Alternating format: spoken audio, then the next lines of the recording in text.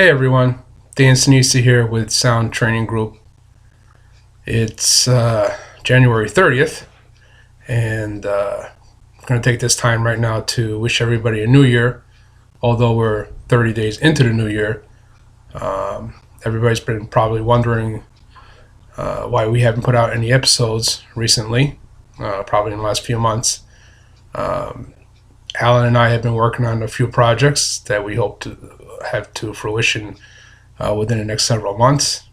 We're looking at placing some of our training courses online for the convenience of students instead of to have attend in person. And we're also looking at putting together some manuals for other occupations out there that have expressed interest in personal safety, whether it be in the field or at the office, even at home. So we're working on a bunch of different things, but I did want to just get our voice out there and just say we are here, and we will have some upcoming episodes. We're looking at interviewing a few people in the security industry, law enforcement down the road, and other occupations. And we'll get those out there as soon as we can, and I hope you'll have a chance to listen to them and give us your feedback. Tonight, I just wanted to spend a few minutes going over something that I feel strongly about. I think it's very important. I did write a post on it on LinkedIn a few weeks back, but I just wanted to reiterate how important this topic is, not only for private security, but for law enforcement and fire personnel and EMS, and in some cases, for example, in New York, sanitation workers, or basically anybody that wears a uniform. But tonight I'm going to concentrate on the public safety, including private security, and the wearing of the uniform.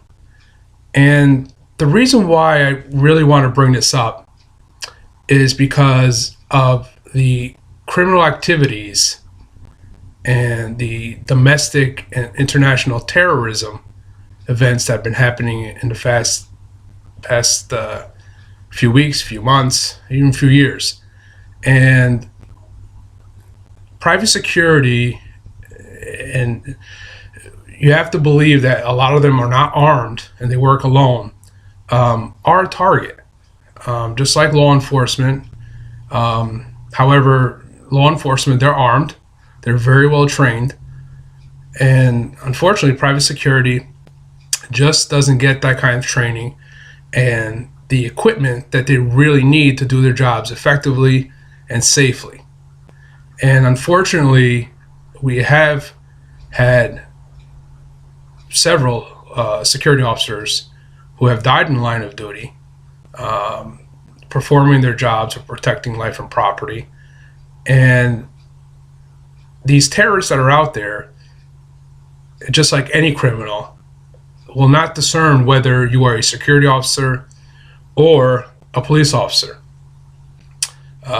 Put yourself in the criminal's shoes for a second, and if you're committing a crime and you come upon a person who is wearing a uniform, you're not going to sit there and say, "Excuse me, can I see your badge and your emblem so I can make sure you're either a police officer or a security officer?" They're going to want to push you to the side. They're going to want to escape. They're going to want to do what they need to do. And your job at the end of your shift is to go home safely to your family, your friends. We have the old adage in public safety, everyone goes home. And I feel very, very strongly about that. I think everybody should go home at the end of their shift. Even a better reason why wearing a uniform makes us in private security and law enforcement a big target. And I just wanted to go over a couple of things with regards to that because I think it's very important. And we've probably been told this before, but I just wanted to reiterate it once more because I feel very strongly about it. And, we all want to go home at the end of our shift. I will tell you from past experience, having started out as a security officer myself, most people believe that we're, or at least they call us rent-a-cops or wannabes, or et cetera, et cetera. And that perception probably still holds true in some cases. But for us, wearing uniform, it goes a lot further than that. We do our jobs.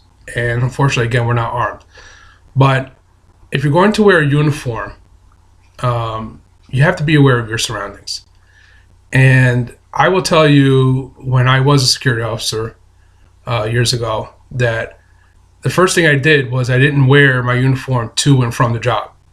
I made absolutely sure to take my uniform off at the job if I was going home, and I wouldn't put my uniform on until I got to the job. I would have to leave my house a little bit earlier, leave the job a little later, but it was all due to safety. I didn't leave anything in my car that would resemble anything of public safety. No uniforms, no badges, no emblems, nothing that would distinguish me as being a person in public safety. And for good reason. One, they could vandalize your vehicle, they could break into your vehicle. And two, again, you're a target. If you have dealt with someone in the past, they're more likely to remember you, seek your vehicle out, wait for you, that kind of thing.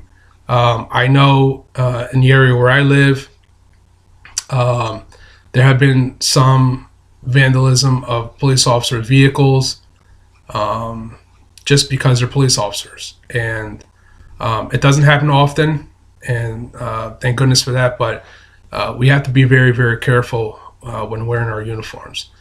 And there's an old story that I go back to, and I think I did on one of the episodes not too long ago. When I was working at a hospital, and I was an FTO at the time, and I was training a young man who was very, very into keeping his uniform sharp and having everything on him, et cetera, et cetera. And while I thought that was the greatest thing, he had a habit of wearing his uniform to work and wearing it back home. The only problem is he lived in New York City at the time, and he would commute on the train. And every so often I would give him a lift to the train station, and he would go in full uniform, including the campaign hat. And back then, the security officers at the hospital I worked at looked very similar to the Connecticut State Troopers. I could tell you that a lot of people were confused when they walked up to us to only figure out that we were security officers rather than law enforcement. And I did make it very clear to him that he should, for his own safety and public's perception, to remove the uniform when going home and when coming in. But more importantly, with all these terrorist attacks that have been going on, even domestically, for example, in San Bernardino, we just have to be very, very careful about not promoting ourselves with regards to, here I am, I'm a target for you. Again, we're not armed, or at least I should say most of us are not armed. But we don't want to make ourselves a target. So be aware of your surroundings. That's very, very important. If you do see something going on, just as a refresher, do a scene size up. Don't just jump into something. Figure out what's going on first. Usually all this takes mere seconds before you arrive to the actual scene. So take your time, do a scene size up, and then figure out what's going on and see what you need to do from that point. You may only have to be a good witness, and law enforcement will definitely appreciate that, working together with you and trying to solve whatever criminal activity it might have been.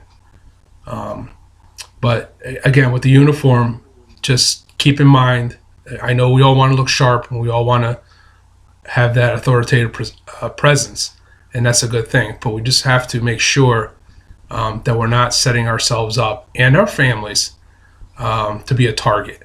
We don't want our spouse or family member driving our vehicles, which may have our gear and our uniform badges and things like that.